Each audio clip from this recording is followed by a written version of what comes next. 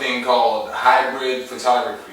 Hybrid photography is basically offering your clients something that a lot of other people can't offer. For instance, nowadays you have a lot of people that just basically have cousins, family members, brothers, sisters, whatever, that they can take photos. They can take pretty nice pictures with DSLR cameras and whatnot. So what hybrid photography does is offer them a little bit more. You might throw in a little video, you might throw in say like a little graphics or something like that to go along with their photos. You offer them a little bit more than just the photos. And you might think to yourself, well, that's not photography. That's not photography. Photography is snapping a button and taking a photo. That's not really true, because video is based on photography principles. Okay, so with your video camera, when you're setting up your shot, you're going to set it up the same way you would with photography.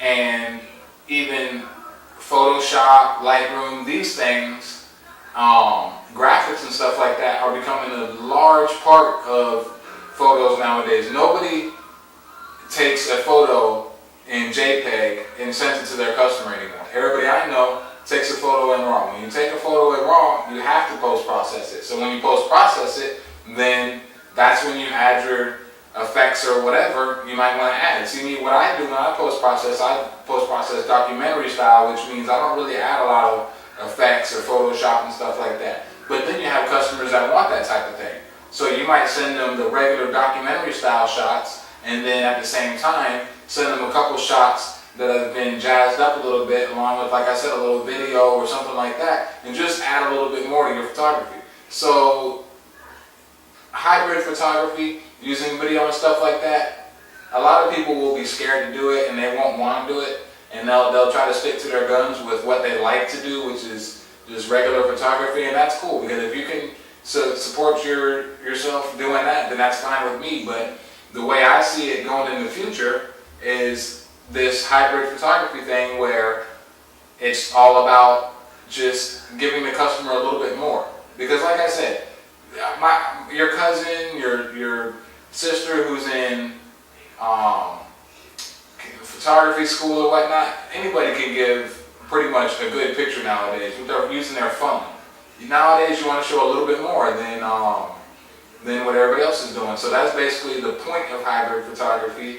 Now, you kind of wonder, well, why do I have to do this? I like to shoot photos. That's my thing. I shoot photos. That's what I do. The problem is, just like film photographers, back when digital became popular and everything, the film photographer said, no, I just want to stick with film. I like film. After a while, something takes over. And then now try to shoot film with your photography, you're pretty much not going to make any money.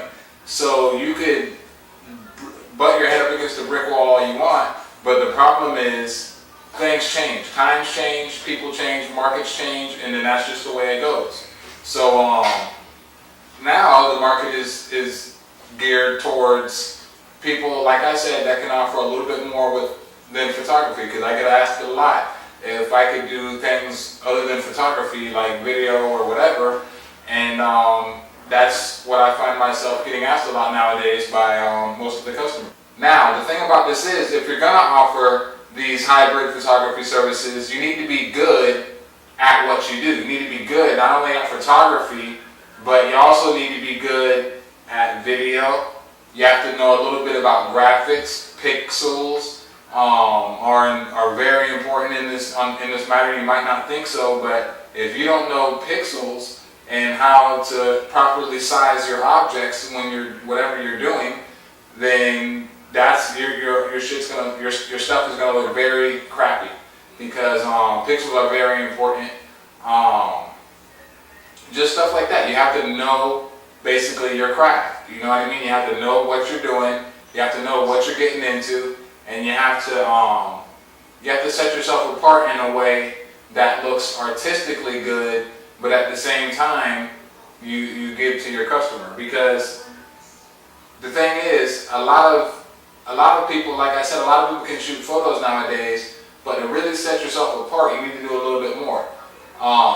You could go full-blown with full-blown video gear and photography gear, and then kind of get professional on both ends, which is what I plan to do. Or you could just buy a good camera if you know a little bit of editing, which you need to learn. You also need to learn video editing.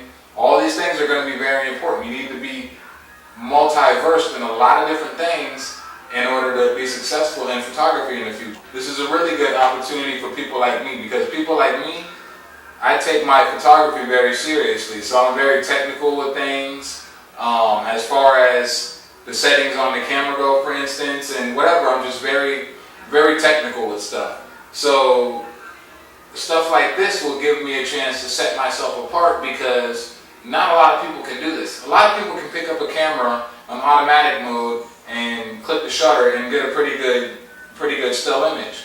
But it's a lot harder to convert that into video, into graphics, into this thing that sort of changes and evolves through your computer, the different programs you acquire or find yourself using, or whatever you're comfortable with.